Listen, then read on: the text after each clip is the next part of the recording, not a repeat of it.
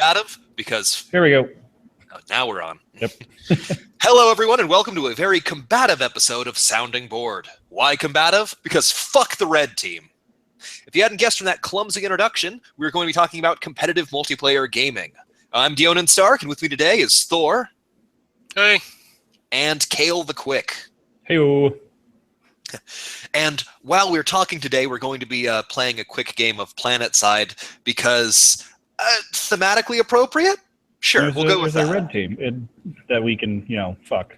Hopefully. Indeed. I don't know. How strong are they right now? Never mind. Well, blue right team now, it is. Yeah. Fuck the blue team. Actually, PlanetSide is a little weird in that it's got 3 different factions. I mean, not as weird for an MMO because usually MMOs of large scales have 3 You ever notice that, Thor? Yeah. Yeah, typically it's just 2 factions. Well, I'm thinking of like Elder Scrolls Online. Sorry for mentioning that in your presence, Kale. They've got the Ebenheart Alliance, the Valenwood, let's screw over Khajiit's Lore Pact, and the Ebenheart Compact. Yeah. All right, so I guess we're playing PlanetSide because it's the only kind of big multiplayer online game that we all play. So yeah, it's a starting point to, I guess, talk about the genre, come up with some ideas about it, I guess, normal thing here. Really, board. Really, PlanetSide's a bit of an outlier as far as competitive multiplayer games go because it's one of the few MMOs that has actually tried to compete in the MMO market without basically copying World of Warcraft. I mean, they said, hey, let's make an MMO out of a competitive shooter and not do it like Destiny. Oh. Well, yeah, I mean, it's PlanetSide 2. There's at least one before it. Yeah. There was? I thought it was like Half-Life 2, or it just started on the second one. Sorry, that was a terrible joke. If anyone actually watches our show, I've been playing Half-Life 1 since the 90s. I just made a happy little face. Yeah. All right. But PlanetSide 2, I don't know what PlanetSide 1 is, but they've done a pretty decent job at, I think, balancing all of the factions. I mean, it was a little more pronounced. Like, I know there are differences between the factions, but the differences feel like they were more pronounced early in the game's run than now. Like, do we still have no bullet drop-off? I barely even know anymore. No, not for any weapon where it's important. Yeah. And that was one of our special. That's our special snowflake thing. It's fine. I'm pretty sure that the TR's guns have been made to shoot slower, and the I don't know, has less freedom. I don't know what their gimmick is. No. Their gimmick is corporate freedom. Freedom and music. I hear many people chose NC just because of the music. Yeah. Anyway. Our factionalization of the series aside, what I was thinking of more with the competitive shooters was things like Team Fortress and Overwatch, because as we were discussing things earlier today, Team Fortress and Overwatch superficially seem like they're identical kind of games, but they're really, really not. And I personally thought that Overwatch took a lot of the same ideas that Team Fortress had, but they fixed a lot of the imbalances, and I think Thor disagreed with me. Hold on, could you restate that? I personally think that Overwatch has the kind of same general formula as Team Fortress, but they fix a lot of the really, really problematic features of Team Fortress. But finish that. Sorry. Yeah, the main there was a video of a player who was primarily TF2, and he's played a good portion of Overwatch, and he feels that Overwatch is a lot less deep than TF2 and the main thing that he was saying is of resource management, and the fact that Overwatch is far more heavily cooldown based That's true. Overwatch doesn't have ammunition management, and even their character with the resource gimmick, Torbjorn, generates his own resources without even the token effort that the engineer has of having to build a dispenser first. Yeah, and the other primary thing around that was his core argument is by making it cooldown, the strategy isn't how many resources to use. It's did you use your abilities at the right time? And you can end up in a situation where you just get killed really quickly because you just used your abilities correctly, but there's just something else that happened. Whereas with traditional resource management, you build up enough ammo and you'll be fine for a good while. That was the main. That's an interesting argument. Are we on Indar, by the way? Yep. Yeah. Okay. A sec. If I'm in your squad, why can't I? Oh, whatever. I'll deal with that later. My big thing with the Overwatch versus Team Fortress 2 is Team Fortress 2 was an incredibly well-balanced game on launch. That being said, ever since they started releasing new weapons and equipments, it's kind of screwed with the game balance. And even their cosmetic things, like the hats and outfits, has kind of screwed with the game's aesthetic design choices. And this isn't just like aesthetics. This is like the idea behind character creation, the character design of Team Fortress was that every character could be recognized from their silhouette alone, so that you could make quick reactions. But when you start adding like floppy hats and commemorative bowler pipes or whatever's, it kind of screws with that silhouette thing. And to say nothing of the fact that when you introduce new weapons for everyone to play with, you get into situations where it's like... All right, so I guess I get to play the fool today because I haven't really played Team Fortress 2. I got it in the orange box when it came out, but that's not really my kind of thing. I mean, I remember the original one when it came out, but what makes that different from other like shooters? Like compare it to like Doom or not Doom. Well, yeah, Doom 2 and 3 and Quake and like all the other and Halo. Halo is like the big one that like people from my generation will know and will be able to compare it to. Why are we talking about it? What makes it different? What's going on here? It kind of harkens back a lot. Team Fortress kind of harkens back to arena shooters like Quake. Did it start as a Half-Life mod? Or yeah, probably did because it was an orange box. I never played the original Team Fortress, but when Team Fortress 2 came out, a lot of competitive online shooters were Call of Duty and its derivatives. And so a lot of them were more run and gun, high action, high octane sorts of entertainment as opposed to a more strategic or methodical shooter. Someone's locked onto me. Maybe this idea wasn't a great one. No, it's the best idea. The absolute best game. Never truly know a genre until you can describe it under fire. All right, Kamikaze. In a time when all of the shooters were like Twitch, like instant respawn shooters, Team Fortress comes out, and the whole gimmick is you have to work together with your team to actually win, which is kind of a novel concept compared to the Call of Duties of its time. I mean, I'm probably talking to my ass, and someone listening might say like, "Oh, well, this, and this," and I'm like, "Yeah, but did you like?" How often, when you're playing with the average person on Call of Duty, did you actually like communicate or like say, "Well, we have a lot of people in our team going with this weapon set. I should probably go with this one."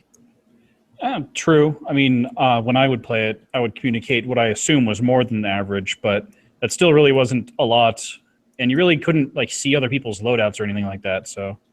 Oh yeah, Team Fortress, that's key. It's like you hold down the tab button and you can see the current team balance, and each of the classes had a very kind of distinct function in the world. Like if you were like, oh, we need to get some people to do a capture the flag map, you'd say, all right, well, we get a little fast guy to go run for the flag. And when you see someone do the fast guy, you go, well, I want to go play the big, heavy, tanky guy and clear a path for him. And then you go, I want to snipe because I'm a piece of shit and I want to feel like I'm contributing. We could probably do an entire episode on the problem with snipers in many modern games. Well, why don't we take a minute to talk about it now? Well, I changed the sniper. Subcategory. I need Thor's help for this. Thor, why are sniper players so problematic in video games? It's because there's no chance for you to deal with it. Like you're just standing around or you're doing your job and then dead. Like we lost Mike with Thor. What? I lost your mic for a second. If you're on the keyboard, it can cut out. Huh, Seriously? Okay. Wow. I can hear you now. Okay. The main regard to that is it's mostly just you don't really have any countermeasures for it. It's you're spending around, you're doing stuff, and then all of a sudden, bolt to the head. Would you say that it then, like, but I've noticed that people who, like, and whenever I, like, not when I, like, when Right. I see a lot of people wanting to play a tank, I'm like, okay, cool. When I see people want to play the fast class, I'm like, okay, are you making your MLG, like, kill compilation, but whatever. But when I see people playing, like, snipers, like, a lot of people playing snipers go, oh, Jesus Christ, our team's not going to get anything done. And I don't know, maybe I feel like snipers draw a certain kind of player I don't like. I can't say too much about the sniper thing. One, remember that if you're typing on the keyboard, the mic will cut out. I'm sure there's a way to turn that off, but I'm not going to worry about it right now. But like, there are always those players in like objective-based games, the people who are just like in the objective thing because they want to play team deathmatch without anybody else trying to be in team deathmatch. They're there just to kill people. They're not there to capture the flag or something. Oh yeah, no, and that's kind of why I think Call of Duty got so popular, because it's the team deathmatch game. And that's a very popular game mode. Yeah, because some people just like to jump on and jump on, shoot a couple people, and then jump off. Yeah, I mean, there's nothing wrong with that. The mechanics Yeah. are good, and it's fun to run around shooting things. You might as well do it. But and when other people's fun gets into it, I mean, it changes it a bit, And I guess that's kind of the nuance of a multiplayer online game. And actually, I think, oh god, what is it? Tribes had a great way of preventing snipers and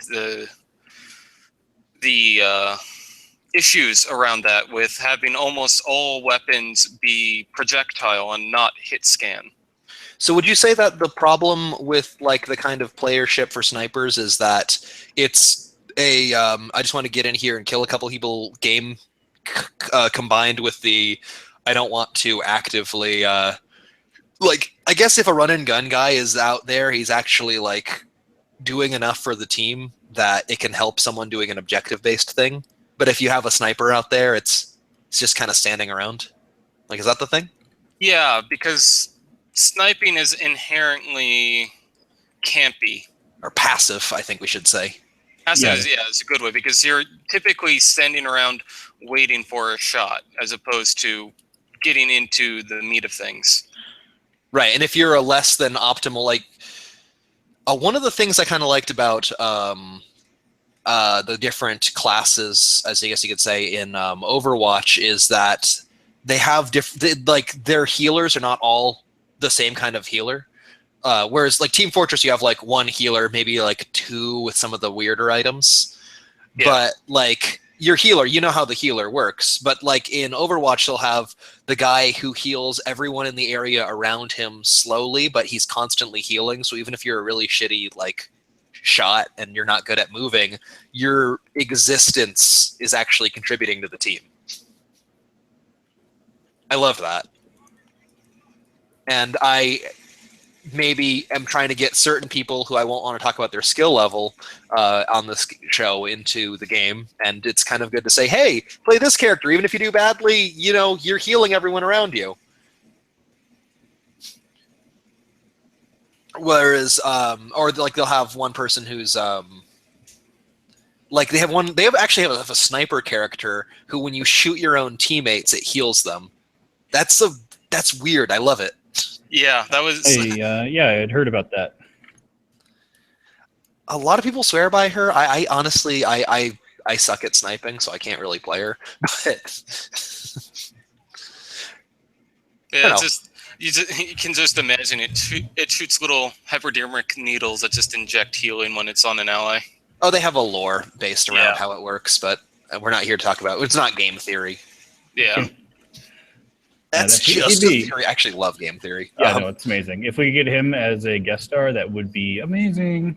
He does actual TV. He's busy. I would say take anything. If it involves math, take anything he says with a grain of salt. What, you talking about the time when he calculated Wario as being 10 feet tall?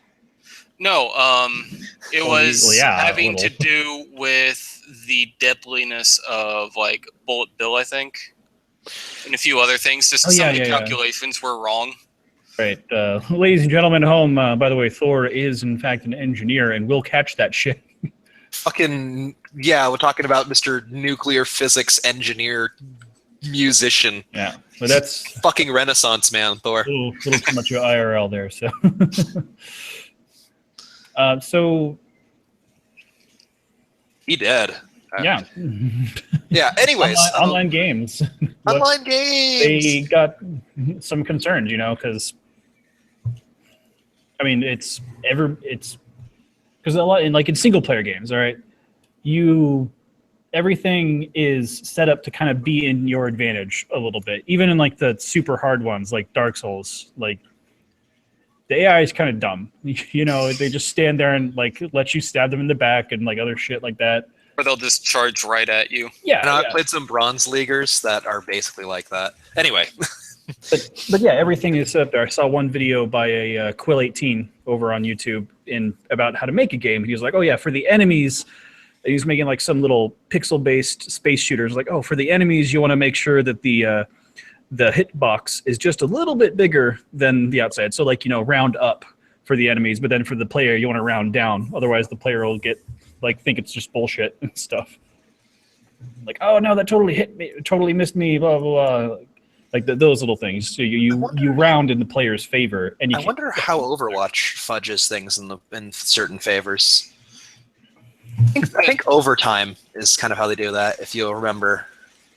Well, and don't. Max, that just reminded me of how just people view like fairness in games, with XCOM being a famous example. Oh my God, XCOM. Well, here's the thing. Someone has done some basic calculations, or not calculations, but like doing like some analysis on like the random number generator, and it's like, yeah, no, it's completely random. It's doing its job correctly.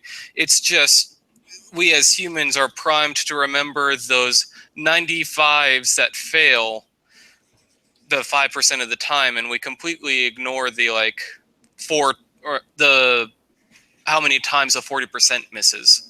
Oh yeah, no, it cracks me up when people bitch about XCOM and saying like, oh my God, this RNG is bullshit. I'm like, you don't get yourself into a situation where everything relies on one shot. That's how you combat what you perceive as a bad RNG. And no, the RNG is not bad. In fact, I think, doesn't XCOM actually cheat in the player's favor in the newer ones? People still complain. They might do that a little bit. Like, I can't recall. I think it might have been a Fire Emblem game where they did something like that, where they changed the viewed percentage with the actual. So that way people, if they saw like 90%, it would happen more than 90%, just so people feel that it's, correct. That actually does sound a lot like a Fire Emblem thing. I'm trying to recall exactly what it was. I think something that might contribute, because I know that they use the same seed or something like that, so that you can't save scum easily.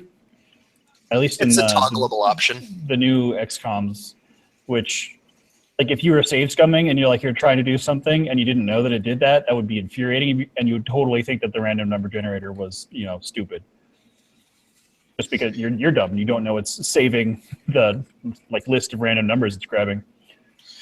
I think trying to think on the subject. Jonan, What's up? Hop into my Sunderer.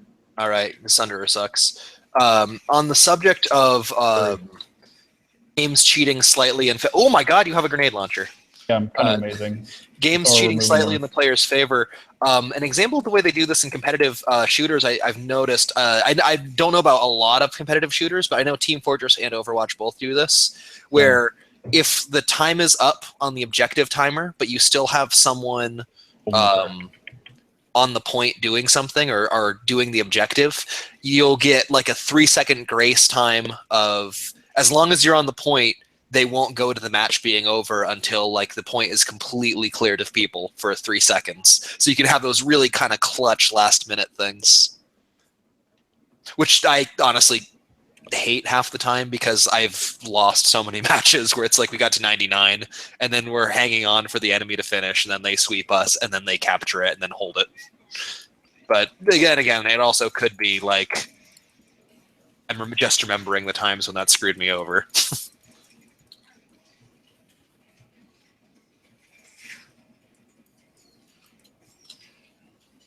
Ah, damn it.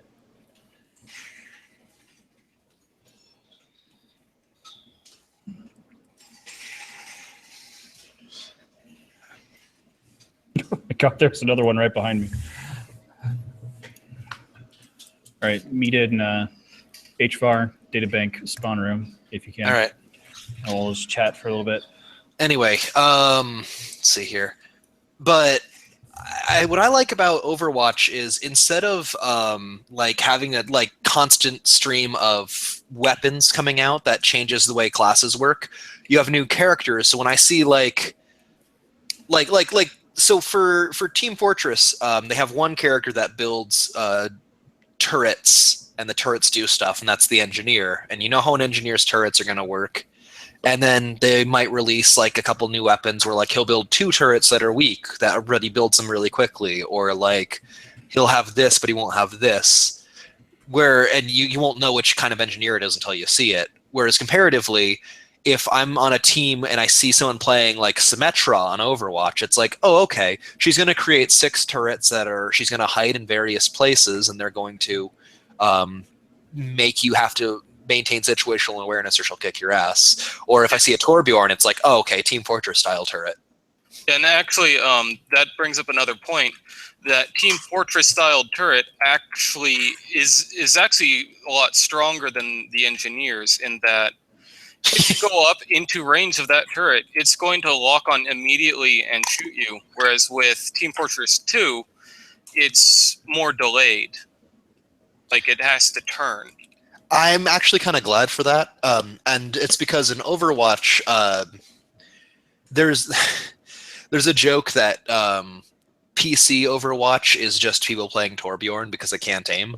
Because aiming is so hard on a console comparatively that you just have tons and tons of people who just play guys with turrets, and they just build a turret and they let the turret aim for them. Yeah. Viable strategy. Actually, if I recall, that's kind of why that class exists in those games, is because if you aren't good at aiming, if you aren't good at dodging, you can still show up and build a turret. So you can still have fun with your friends, which is kind of important multiplayer game. Yeah, I suppose. Yeah, varying skill. I mean, but Planet side. Think of all the people that we have playing. The medics and the engineers here. Like the turrets aren't really that awesome or kick-ass, but really not. There are a lot of things for non-combat folk to do. Yeah, the other side of that though is because it's instant, there isn't really much strategy when it comes to how you position. Oh, you mean for the original Team Fortress turrets? Yeah, because it's going to be pointing in a certain direction and it needs to rotate, and it can only do it so fast. You have to take into account how you lay it out. And the entirety of Team Fortress 2's engineer is like, where do you put your turrets? What angle do you put them in? Where do you put your dispenser so it can help your team? Because if you're like crappy engineers just build the dispenser right next to themselves, so they constantly get supplies of resources. But really good engineers make it so that it's also an asset to the team. Prepare.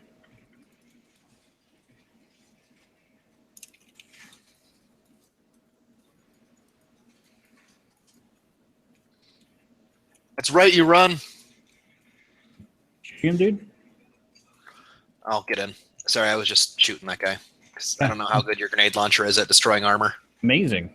It is? I assumed it was an anti-personnel grenade launcher. It's kind of general purpose. Time to repair. All right, I'll stay in the turret then. Yeah, keep on the guns. So, I guess a good thing to talk about with this is, well, let's talk for a little bit about other kind of multiplayer or cooperative games. Like, I haven't played them, but I've heard of like League of Legends or Dota. Actually, I met some guys that made Dota when I went to Steam Dev Days. But have either of you played games like that or any of those, or what those bring to the table? I played League of Legends back in the day. Yeah, I played LoL a little bit. I was pretty shit at LoL, honestly. The Vanguard 12 o'clock.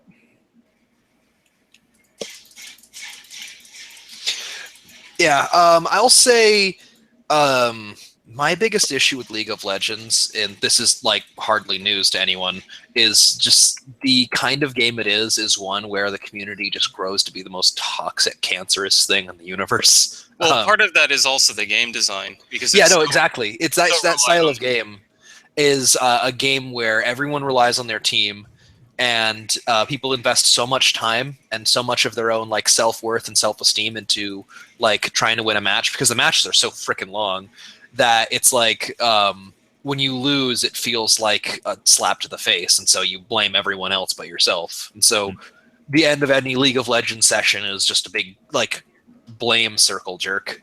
It seems like if it does kind of have a longer game time, because these are multiplayer games where it's like a single instance. It's not like an MMO where it's kind of an overarching thing. Yeah, well, it's not persistent. It's instance. Yeah, okay, it's instance. Good terminology. So when it's like that and it's longer, I guess there's kind of just more times where things happen that aren't your fault and that are someone else's fault, and there's just enough of those that you have a big repertoire to draw on for your blame game after the fact. Right, and in an MMO, you don't have as much of a setback for losing. I think, if that makes any sense. Like, if like there's a longer time, sure, but it's not like after 5 days, if your team fails to like hold everything together, you lose all your levels. Yeah. Yeah, whereas in like those more like Dota and how long do Dota matches last? Like half an hour to an hour? Half an hour to an hour. Yeah, it's typical. Shit, man. That's why I stopped playing. I really only played because my friends were playing it, and I also feel like League didn't have a lot of like classes for people who didn't really know the game very well. I think, especially since they went with the like rotating hero. Repair it. Oh shit! All right. Yeah, ever since I went with the rotating hero thing, it's kind of like you don't like. I can't say like, oh, I should redeploy and get anti-vehicle tanks. Sounds good. Like I can't. Well, you can. I did kind of say to Caldwin, "Hey, Caldwin, we should get this character that you like, and you should get her with your like freebie points, and then we won't have to learn anything ever again." Yay! But it's kind of, it's not like when I told Caldwin, "Hey, you should play." Link up with me at the waypoint. Thanks. All right. No battle was ever won in the spawn room. I beg to differ.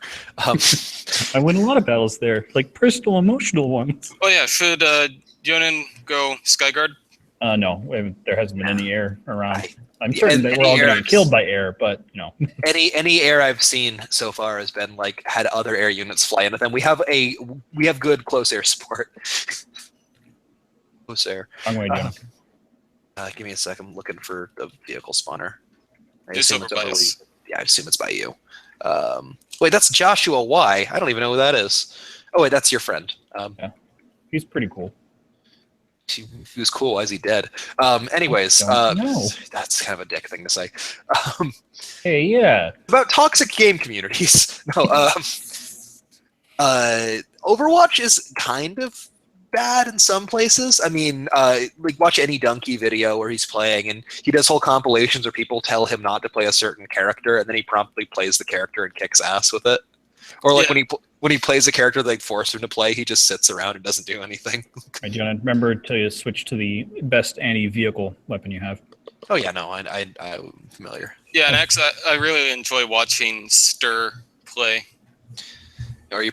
Or Star, but yeah. Yeah, but I was playing with a friend of mine. I'm going to call him Nuka Cola because that's his username. And Nuka Cola was telling me, like, we were getting our asses kicked. And he's like, hey, we should go play some 3v3 elimination. I mean, the rounds are like a couple minutes long, and we won't feel as bad if we lose. And that's where I think that's one of the advantages you get in like Overwatch is that there are some game modes that are just several minutes long that are fun when you win, and if you lose, it's not as big a deal. And I kind of like that. And I've noticed that when you play like quick play, people are bigger dicks, but at the lower levels of competitive, people are actually pretty cooperative and they actually talk a lot. Higher levels of competitive, I hear, are toxic as fuck, but once you get through that threshold of like people really trying hard to get to the top, apparently people at the top are really, really chill and casual. Dionin, come on, what are you doing? I don't know. I don't know what I'm doing. I'm trying not to move as much because I don't want to interfere with the microphone. No problem. I'm focusing more on what I'm saying than what I'm playing. Perfectly fine. I mean, that's what the show is about. Yeah. So what considerations would you want for like a multiplayer game? Legitimately, just the ability to multiple game modes is a really big deal. I mean, I think that's the big issue with actually, no, that never mind. I was going to say that's a big issue with Overwatch and its big competitor Battleborn, but then I was like, oh, Battleborn actually had several game modes, and Overwatch had a quick play button that people think might have been why it was so popular. Shit, I don't know what I'd want. Or you got any insight? I mean, you're the smart guy. Well, I think at least in terms of toxicity in games, I think reason why you see a lot more of it in these longer running like modes with very long matches is because of just the time investment type of thing. Like the longer you spend in a certain thing or on a certain thing, the more it hurts when it goes away. And how would you combat it?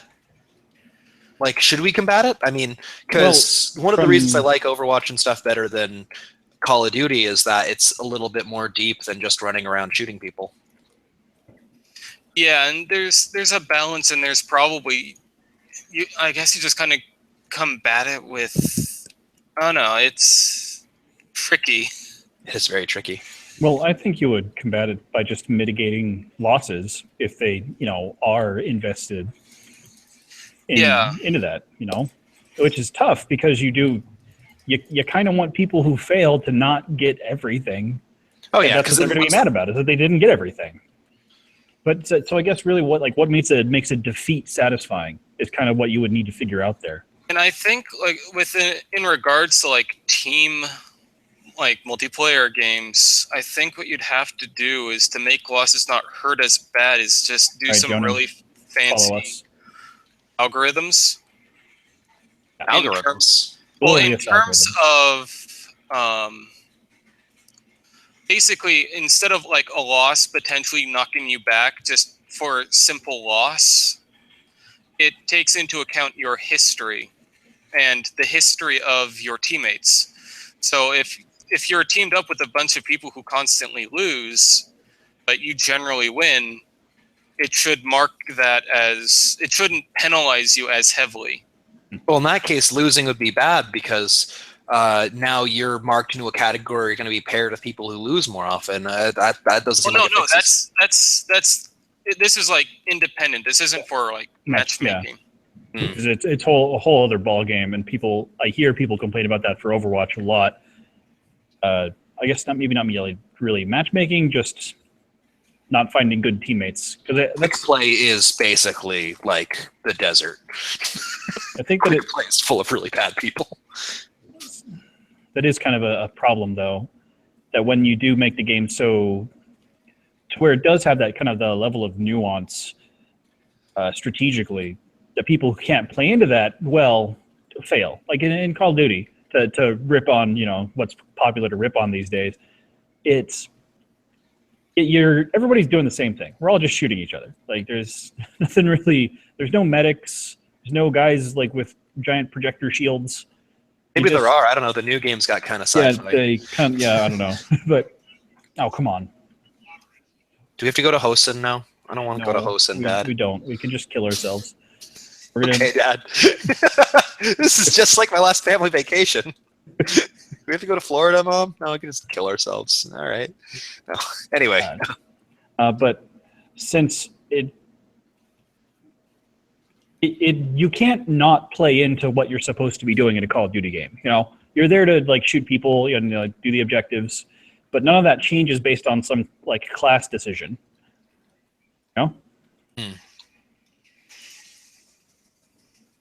They have auto heal things. Don't waste the ammo. You're right, they do. Oh, hey, look, that's the air support that I thought we weren't going to fight. No, anyway. Everything changed once they locked the continent. It wants me to spawn in Hosen. They're trying to get me. But maybe they should make the continent not suck. Oh, yeah, I see you. You want me to warp to Hosen. I don't want to go to Hosen. Bad. Nothing good ever comes from Earth. We're all going to Amerish now. Yay! That's Amber. Not terrible. Amerish, it's not terrible. Let's go Kobold up somewhere and just chat about shit. That sounds. Vase got invaded by a bunch of infiltrators. Where all they're doing is talking about games. They're just hanging out. Just put on proximity chat just to mess with people. Yeah. They get into an argument. Some guy's gonna be a Battleborn player who's hanging out here. Yeah, so what was the deal with Battleborn? I heard that it's like Overwatch, but not maybe. Battleborn has a lot of things that are superficially very similar to Overwatch, and that drew a lot of ire from Overwatch people because Battleborn was seen as kind of an inferior copy. And in many ways, it was. Like, I feel like Battleborn was its own game, but due to market pressures, they were forced to have it conform more and more to Overwatch, which led to more hate. Mm-hmm. So we discussed a while ago, I was making a little checklist a couple episodes back, but did Battleborn have waifus? Discuss. He certainly tried. Yeah, I think there were a couple, but I didn't play it, and I honestly can't remember any. As opposed to Overwatch, where I don't play it, but I know of, Mercy being one of the big ones. Everyone knows about May's thighs. I forgot to go Kobold. Just kill yourself. Just kill yourself now. Oh, hey. We're already talking about waifus. Okay, you know what? This is a bug that has been in that I've noticed lately, but I think it's been in the beginning. But when you respawn into a different continent, you preserve your class that you were, as opposed to the one you choose on the deployment screen. Interesting. Yep, a lot of bugs here. Yeah, I encountered that earlier. Oh, that's actually really interesting you bring up waifus. I think Overwatch, on the whole, had better writing than Battleborn, but that is partially because Overwatch is the result of a dream project going to shit. Do you know about the story behind Overwatch's creation? They were trying to create the next big thing, and the project got scrapped halfway through. Yeah, they completely redid it. They basically they picked up the fragments of their broken dreams and all these trashed hopes and misplaced budgets, and so it had a lot of work go into it. Battleborn was put together to well, I'm not going to try to speculate too much, but it was put together to kind of be that niche that was forming, and that was also a big dream project for the Gearbox Studio, but Gearbox, I don't feel like they put enough. Gearbox is really bad at putting the resources together. I'm just going to say it right now. Well, and they also did a bad job of advertising what exactly it is, because I think it's more accurate to call it kind of like a first-person MOBA type with differing modes. Yeah, Battleborn was a lot more like League of Legends than Overwatch was. Like Overwatch got advertised as being like League of Legends because Blizzard, but it was more Team Fortress 2 than it was like, I think I said it's like if you took Team Fortress 2 and you described it to the guys who made League of Legends and said, now make that. Yeah, and I thought that was a pretty apt description. Yeah, which is it's also they avoided some of the big issues with TF2, kind of like the weapons and the hats bullshit. Yeah. I mean, they do have skins and they do have their own issue with loot crates, but that's kind of a poison of the industry itself. Yeah, and I think one of the big improvements that the guy I was talking about who did the video, comparing the two, Team Fortress and Overwatch, he said like, yeah, no, like a lot of my like arguments would kind of go away a little bit if they introduced more like resource-based abilities as opposed to one-shot abilities. Proceed. Let's gather together.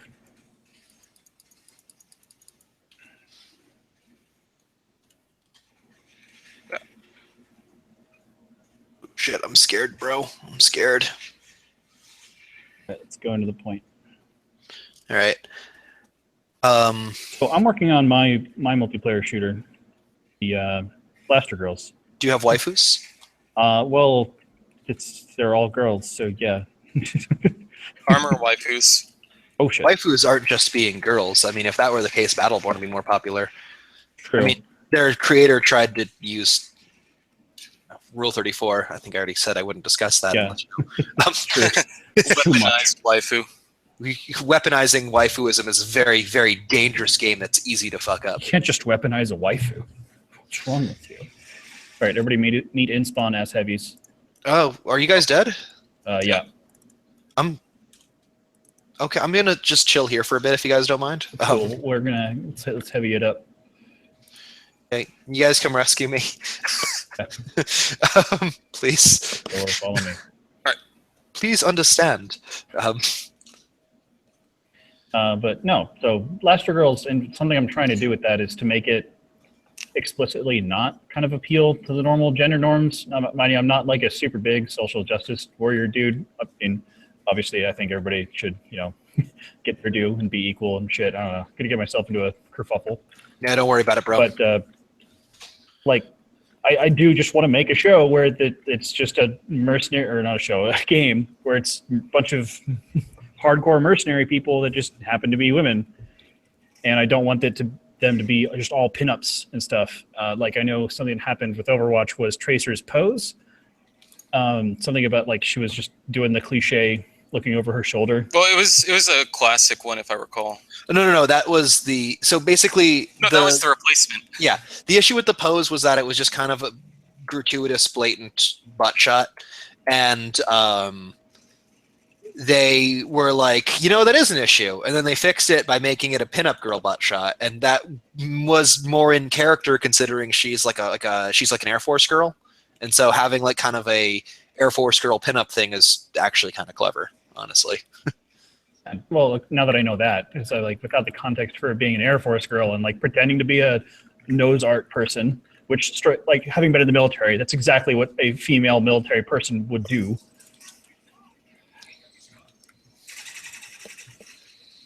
Yeah, I don't know. I have issues with Tracer. My biggest issue with Tracer is I fucking hate fighting Tracer, so I think I'm biased. Yeah. Hey, we got him. Yay. Hey, you guys saved me! Yay! Oh shit! I'm not here. Medic! Oh wait, that's usually me. Shit. Who medics the medic? God.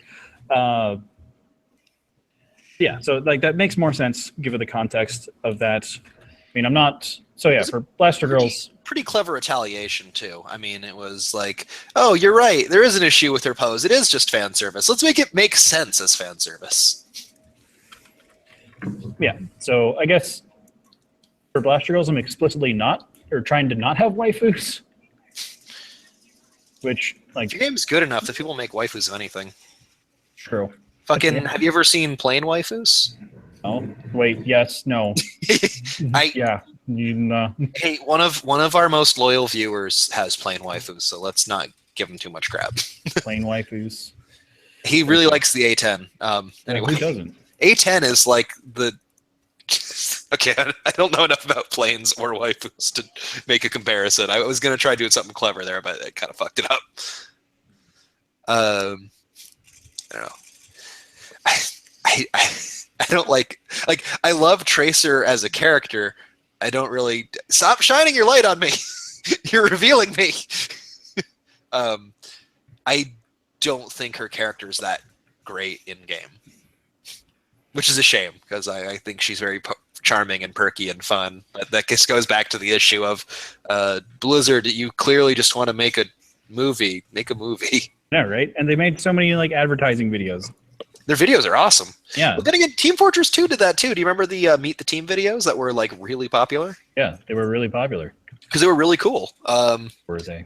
Well, each of them revealed all the characters' like personality and gimmicks, and it was just fun.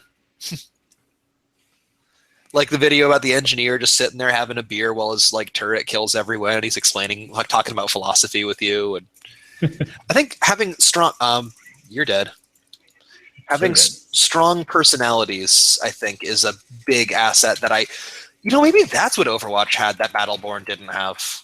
I couldn't tell you a single differences. I couldn't tell you a single goddamn thing about a Battleborn character. Well, how many hours have you playing Battleborn? My little brother stood in line forever to. How many hours have you played Overwatch? And tell me who McCree is. He's basically Dirty Harry. Yeah. He's Revolver guy. Yeah, and then if you play the game, he's basically Dirty Harry cosplayer, but whatever. Oh, of course. It's just like WoW. There's Potion Maker guy, and then Healer dude. Frank the Potion guy was my favorite. No. It all makes sense. No, but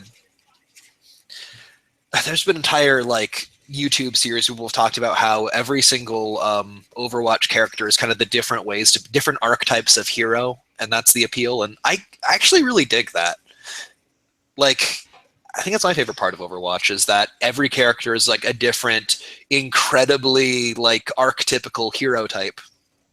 And there's enough of them that you don't get bored of it. That's true. Overwatch does not have a single setting or something. There is McCree, the Western dude, and also a teleporting space lady, and also a gorilla. Also, a turret building Indian woman who is a scientist, and then also a robot Buddha. And then there's fucking, was it Reaper? Edgy McEdgerson, and he's really fun to play. Then you have the turret with legs.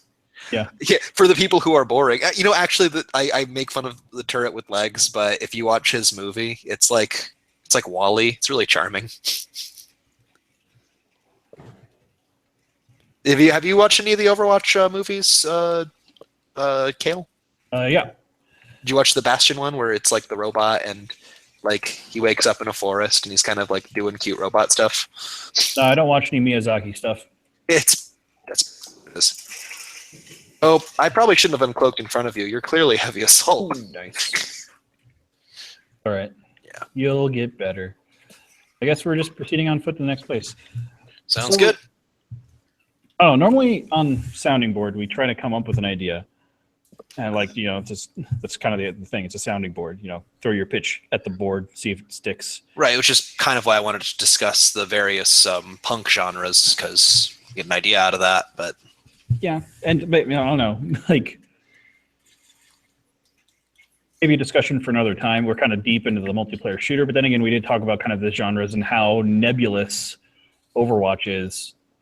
and how that I guess it allows the players to kind of pick Fill in. what they want to be. Do they want to be Oh, the yeah. Western dude? Do they want to be this? Which I I don't like.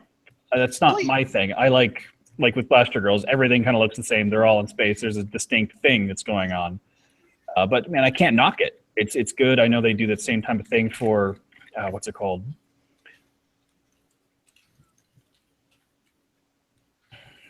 What is that called? I can't remember off the top of my head. It's Blizzard's other thing that just has all of their heroes from all their games. Heroes of the Storm. Yeah, that's the one. My other brother plays that. I've played a bit of that as well, and actually, it's kind of a nice. It's kind of like LoL, but casual, so it's not nearly as salty. Yeah, that's probably why all the League of Legends people don't play it. Yeah. It's too casual. So aside, that's really getting into kind of the narrative, I guess, of the game. But Oh yeah, Overwatch has like no narrative, honestly. No, it does. There's it's the all the problem characters do. Well, the problem with that is you end up with situations where it's like these two characters hate each other, but they're fighting on the same team for reasons. Because fuck the red team. Yeah, and that's kind of a big like detriment to the narrative side of what it is. Whereas Team Fortress 2, it's hey, I'm effectively a mercenary fighting in a blood sport. Oh yeah, TF2, the game is the narrative, and they kind of play that for laughs. Whereas in Overwatch, the game is literally non-canon. It's divorced. Yeah, but that's not specifically what I was talking about. I was trying to segue into talking more about mechanically what makes a good multiplayer game and such. Like us, I mean, we're talking a lot about shooters. What other multiplayer games are you? Like, I'm trying to think of just in general what makes a good multiplayer game. Like, there's teamwork, there's kind of specialization, I guess. Like with Overwatch and Team Fortress, there's different, things you can do. You can be the big shield dude. Oh yeah. Oh man, healer. That's the big advantage that a lot of more modern multiplayer shooters have over like team deathmatch games is just roles.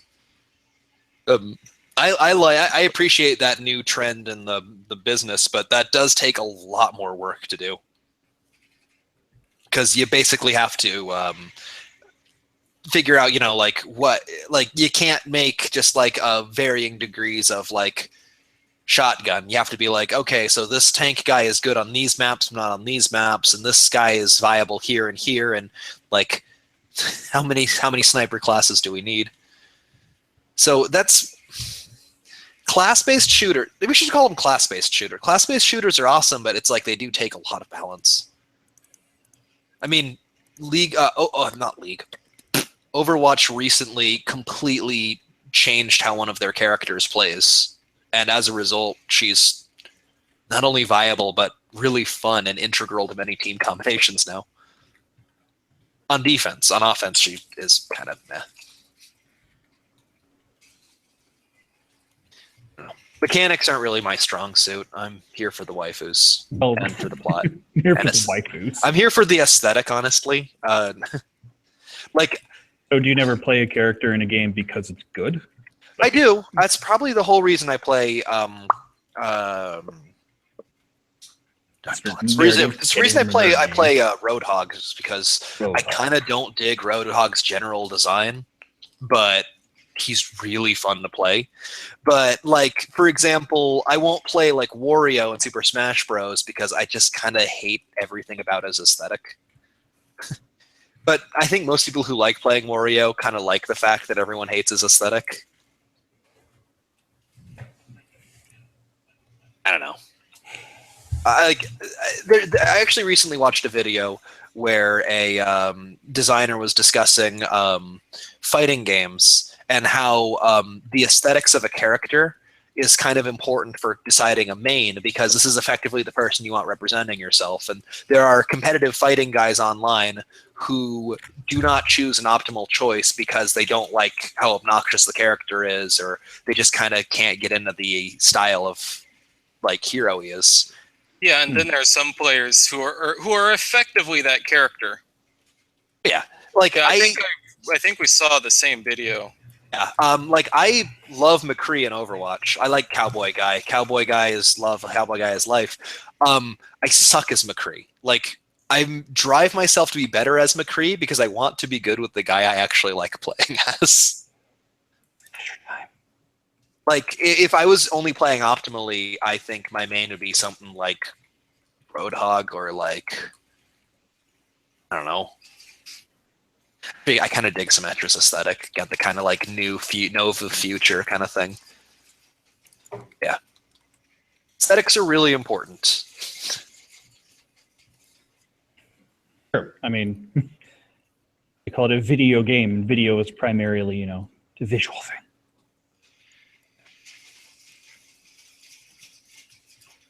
I'm getting my ass kicked. I avenged you, brother. I was wondering, I thought that for a second, I thought that my gun kept going off and killed the guy next to me, and I'm like, okay, that's kind of cool, but why? Inside. Move in! Ah, damn it! Oh my god. A sniper got me. All right. Out for snipers, guys. I don't know. Kale, have you ever been playing a multiplayer game, not just competitive, like a fighting game maybe, where you just couldn't get into a character that was good because of their aesthetic? Let me see. I'm going to try to think about that more generally. If I've ever just not played a character because I don't like the way they look. That's the way they look, but kind of just their general theme. I can't say that I have. I try to look past that. Yeah, no, that's why I realized like midway through saying it, I was like, oh, that sounds really superficial when I say it that way. But I do the exact opposite. Like I try to make really cool looking characters work because they look cool.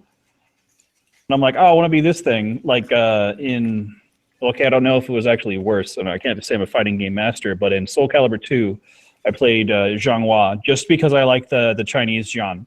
I love that sword. It's like one of my favorite swords, and she had it. So I was like, I guess I'm going to play this girl with the skirt running around and shit.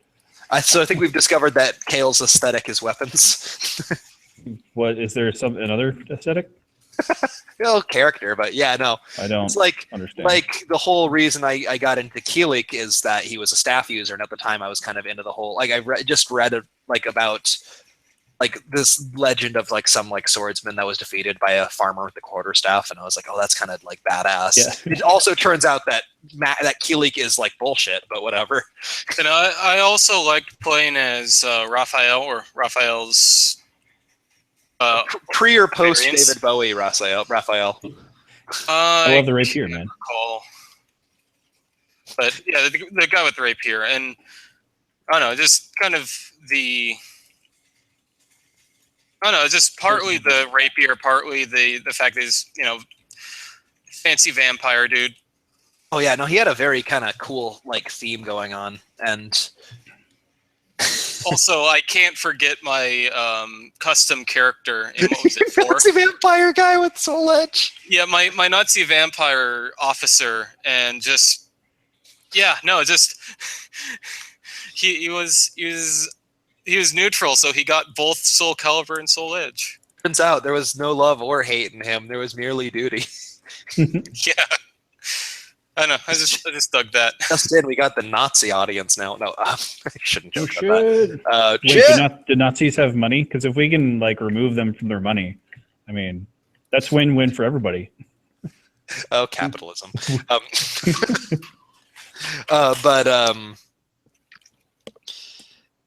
Yeah, it's like Xianghua's a great example is that because you like the Xian, I like McCree. Well, okay, I first liked McCree because I dig the kind of Western aesthetic, and then beyond that, he's a guy dorky enough to wear a belt buckle that says BAMF in the middle of a fight. Yeah, I appreciate kind of stupid characters like that. I don't know, maybe that's a problem with me because I like the exact opposite end of whimsy. Like I love the Ghost Recon series back before it became sci-fi. That's what appeals to me is, and so when I see people doing crazy shit like that, you wouldn't do that in a fight. Right, and that's why I don't they like made, it as much. that's why they made Soldier 76 in Overwatch. His thing is that he's a veteran, he's Yeah, but serious, and him being in there, versus everybody else who's stupid. he's got And kind I of. mean, I actually kind of dig Soldier 76's aesthetic. He's kind of this old like. Soldier 76 is like Star Killer if Star Killer gave a shit. yeah. Yeah, no, like the Xi'an. Like, I mean, you might feel compelled to like use a gun in a game, even if it was suboptimal, because the gun was like a Mauser C96. Yeah, it's friggin' awesome looking. Well, that's why I used that in freaking Resident Evil 4. I mean, yeah, you get the 5.7, but like this one's a Mauser. Looks It's my favorite awesome. gun. It looks awesome, and it turns out it was actually like really strong, so that helps. But Yeah. Plus, it's always fun to kind of put some constraints on yourself. That's kind of another thing for non-multiplayer games, I guess, is just putting constraints and doing challenges that are just kind of ridiculously complicated. Like, oh, see if you could beat the game. Like, I saw someone do a parry everything run of Dark Souls. Like, oh, that's a needless challenge. Or I've tried doing that. like just level 1 Dark Souls run as well. Have you ever done the? I guess you wouldn't have Oh done. no, there was actually I watched a run of someone doing a no-hit Dark Souls run. Sounds really frustrating to mess up halfway through. Yeah, I didn't watch that one, but I saw it, like the video. Yeah. My brother took his PlayStation 4 with him when he moved out, so I never got to finish Bloodborne. And I craved it so much, I made a Bloodborne run of Dark Souls where I tried defeating everything by parrying and dodging, and I discovered a whole new way to play the game, and I loved it. Yeah, and actually that's something that I've seen a video on someone saying that is the way that is optimal for enjoying Souls games, and the biggest weakness of the Souls games is their marketing kind of encourages you to try turtling your way through the game, which is not as fun. Well, not only that, the other thing I heard is people who've played Bloodborne, when they go back to a Souls game, they play with a more Bloodborne style. Which is actually, it gets you through the game pretty well. It tells you that like the best way to avoid taking damage is to just get in there and keep hitting. And they teach you that, stepping back from a fight to heal is not as good as ending the fight and then healing.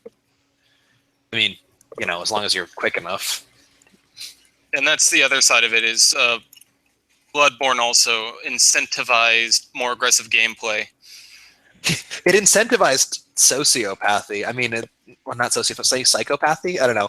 There's that Penny Arcade comic where they're saying, first thing you need to understand about Bloodborne is when you get hurt, the first thing you need to do is hit them back harder to take back what they took from you. That's funny. Hey, do you know about Bloodborne compared to Dark Souls, Yeah, Kale? How in the game when you get hurt, you can get your health back if you immediately start hitting them? Yeah. I've heard of it. Saw some of the differences there. That's the biggest one, and it's my favorite one just from the Penny Arcade comic talking about you need to hurt them harder so you can get back what they took.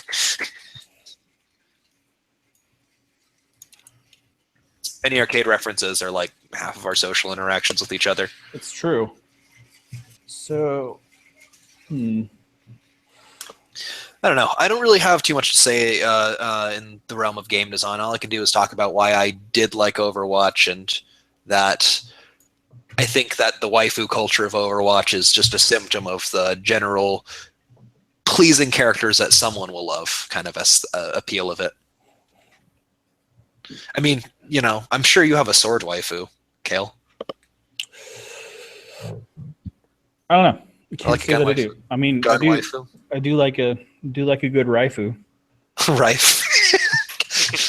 God damn it, Kale. Oh my god. It's better than a what is it? A Shippu? And Coel? Are you talking about that like anthropomorphized like Boats? Japanese battleship game? Is that what you're talking? Or series? Kale, Anything with those in them, those are everywhere. Yeah, they are, man. And I was surprised to learn they were as ubiquitous as they were. Essentially that one that's basically like imperialist Japanese propaganda. What was that one? Gate? I think so. Yeah. It was. I kind of liked it just for the cheese factor of what if modern military went into fantasy world. Yeah, I would like to see that, but I heard terrible things about that show. Yeah, no, It, it's. it's basically Japanese imperialist propaganda. Awesome. God, if Imperial Japan would show back up, that'd be great. Well, it's more of idealization of the Japanese self-defense force. Yeah. Well, they don't really have that, so they need that. Plus harem. Oh yeah. I don't know. Good harem. I don't want to get into a discussion about idealization of that kind of stuff, especially not with you. But I'll just go and say there are other issues with the show. Yeah. No, I haven't seen it, and You they're can multiplayer guess. video games. They're multiplayer. They're video games. Yeah. Yay. Yay. So I particularly like the one where you can run and shoot. yeah, so let's just like spitball an idea here. Like what do we like, and what would we put into like our idealized multiplayer shooter game thing? Like, I think that having It's got to have waifus apparently. well, no, it needs to have distinct characters. I mean, that's what I was saying, that the waifus in Overwatch are just a side effect of Overwatch having a broad range of characters that are archetypes people love. And then by loving those archetypes and or maybe designs, people make source filmmaker things of them getting railed by dogs or stuff. I don't know. What do you think, Thor? I think things. Well, so one thing that I like, and I guess this maybe so let's imagine it as like a cooperative shooter. So it's not competitive. So we kind of get rid of all of the like, how do we make sure everybody's happy even if they lose crap. So like it's cooperative, a cooperative multiplayer shooter with good characters that you could fall in love with or just think are awesome and want to have a beer with. I think So- you just described Destiny. Yeah, because I know all the characters from Destiny. There's basically one good character. It's Nathan Fillion Bot, and he doesn't have a name. He's just Nathan Fillion Bot. I think it Interesting. might actually be Nathan Fillion as a robot in the future. But he's basically the only... Every other character in Destiny is like when you make fun of sci-fi fantasy things that are up thrown as a mythology, there's a Destiny character. But fucking Nathan Fillion Bot is there getting things done and being snarky and hilarious like only Nathan Fillion can be. And like after you accept a bunch of missions, when you go near him, he says things like, "Take me with you. I've been stuck doing desk work forever." Nathan Fillion Bot's my favorite. But I know another kind of non-PvP, so a PvP multiplayer shooter that was not Destiny. It was, I think it also started with a D. It was Tom Clancy's The Division. Yeah, that's the one. Division has its own issues. I heard. Yeah, I heard someone else earlier complain about Destiny that everything was too tanky. You just sat there shooting at things forever.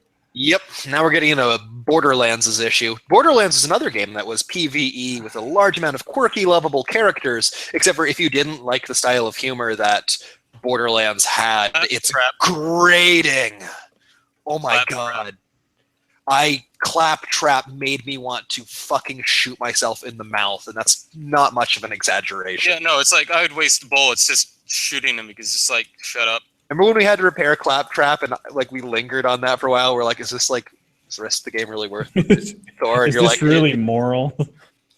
Yeah, it's like, do we really want to do this? Have you thought of the consequences? apparently people like Claptrap. Yeah. He was in Poker. Either that or they're really trying to force that meme. No, like people really do like him.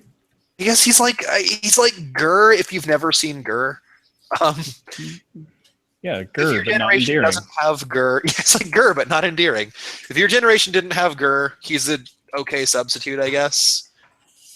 But here's the thing about Gurr is that they never made the illusion that Gurr was important. And that was kind of the fun of him. He was just sort of... He was there. He was there, and occasionally he broke up tension. I don't know. He tried to help. We could do an entire episode on what makes Gurr feel less forced than Claptrap, and I don't even know where to begin on that because I feel like even Gur was like a fluke in how he turned out. Maybe he's probably not as good as we're all remembering him. Maybe. I don't. I mean, that's a different show. Like you said, It's a different show. About that now. Outside of my expertise. Well, outside of my expertise. So, like for my game, Blaster Girls, the one we're working on here at Easter Egg Productions, what should I add to give it that pizzazz? Like what's so I have like 5 main characters because it's like the Power Rangers. What should I do to make them not boring as shit? Be under no illusions, for one thing, that people will love one of them. Like, sometimes it's the luck of the draw is that someone's not going to love it. And part of the appeal of Overwatch is if you don't like Soldier 76, then McCree is there. If you think that Reaper's annoying, there's at least one character that'll make fun of him. Conversely, if you love Reaper, he has some pretty awesome movies and he's really fun to play. Like, you need to balance out your cast algorithm. You can't focus too much on one character. And also, So you kind of got to go for the ensemble. You need to go for the ensemble. And that's actually another thing about Power Rangers is that the good Power Rangers seasons kind of had everyone do something. I mean, that's part of the defense of even that new Star Trek movie is that they actually gave everyone something to do, which is hard to do in Star Trek. All right. So, like, besides the characters, then, so assuming we kind of, don't focus too much on one character, what else would we want to put in that to make it better? Like, to make it more appealing as a multiplayer game? You want to definitely get a large variety of weapons and equipment types. I know you've been doing that for Blaster Girls, but it's like more people talk about the spin fuser from Quake than a specific gun from Call of Duty. Tribes. Quake. Oh, look at me! I play video games. Hello, fellow kids. Snappers. Not played Quake or Tribes in forever, and I feel bad. Yeah, skiing is a lot of fun in Tribes, and that was kind of a glitch in the game. But yeah, but if you can think about how in like Tribes, like all of the weapons were distinct, they all did very wildly different things, and that was kind of fun. That's like kind of the fun of arena shooters is that all their weapons are different and weird and out there. Whereas when you have a lot of, I know you like modern military shooters, Kale, but yeah. Like a lot of weapons are samey. Like I could not tell you the difference between a MAC-10 and a Scorpion in most video games. Yeah, no, and I get that. I love my little nuance in there, but that's because like I'm a staller of like firearms and that, and I can like, oh, they did this, or they did that, or oh, blah blah blah. Right, yeah, but conversely, think about how many shotguns have been reduced to like, if it's a foot in front of you, it dies. If it's more than a foot in front of you, you shoot bits of cotton candy at them. Yeah, so you got to have different, just wildly different things, and that's why I wanted to make it sci-fi, is because then I could do that without making myself cringe. Yeah, it's like that's part of why I think Call of Duty went on to sci-fi, because they've already finished making their milsim stuff, so now they want to try and play with weird mechanics like wall running. Like the devs wanted to try adding new features, and so the only way they could do that in the setting was to just make it fight the Vorlons in space or something. Yeah. Or, now get this. I want you to imagine this for a second. All right. Like a period piece shooter, 1960s, but imagine it as a game directed by Jackie Chan. So it talks about why Tibet should unite with China? No, it's just imagine. Sorry, that was political. I don't like thinking of Jackie Chan that way. I don't know. Just instead of like technology, just like doing it with magic and shit. I don't know. Just fucking just throwing something whimsical out there. Like, because actually, that's what you meant by directed by Jackie Chan. Yeah. Jackie Chan's been in like a period piece drama. Yeah. Actually, one of the that would actually be a great setting for like what we were talking about earlier with like wuxia and xiaoxia. Yeah. What are those? Yeah. I'll let Thor talk about this because Thor's been actively studying it. It's like a consequence of like I haven't actively watched wuxia in ages, but And more specifically, I've been reading xiaoxia like effectively not fan because it's not really based on anything pre-existing. Amateur fiction. Yeah, amateur fiction. Yeah. But it's just really interesting because you just start. They typically start off like right at the very bottom. Either the main character is just from a disadvantaged like family, or You need they to tell. lose all their powers through some divine providence. You need to tell Kale what Zhaosha is. I think he's really lost. Yeah, I'll get to that. Basically, it's it's like to put it simply, it's basically like martial arts with Taoist magic and mythical creatures. Oh, If you've seen Crouching Tiger, Hidden Dragon, that's wuxia. Turn that up by 11, and then you'll have Xiaoxia. My God, by 11, not 211? I'm scared. Yes. It's like 11, only more so. The Mind Flayer. Okay, so imagine a mind, right? Oh, okay. Now flay that shit. Holy shit. No, but yeah, it's like wuxia is the Chinese fantasy setting. It's sort of like their version of like a Lord of the Rings. Yeah. You know, when you think like Western fantasy, you can think like castles, knights, and full. Yeah. So it's like generic setting. Fantasy in China, it's like guys wearing chongsans, dancing on treetops because they can make themselves lighter than air. A lot of work using weird mysticism. There will be one or two hermits that uses magic instead of kung fu, like that kind of thing. And then Xiaoxia is like more on the mystic side of that. So you get like if you combined like House of Flying Daggers with like DBZ. Yeah. Okay.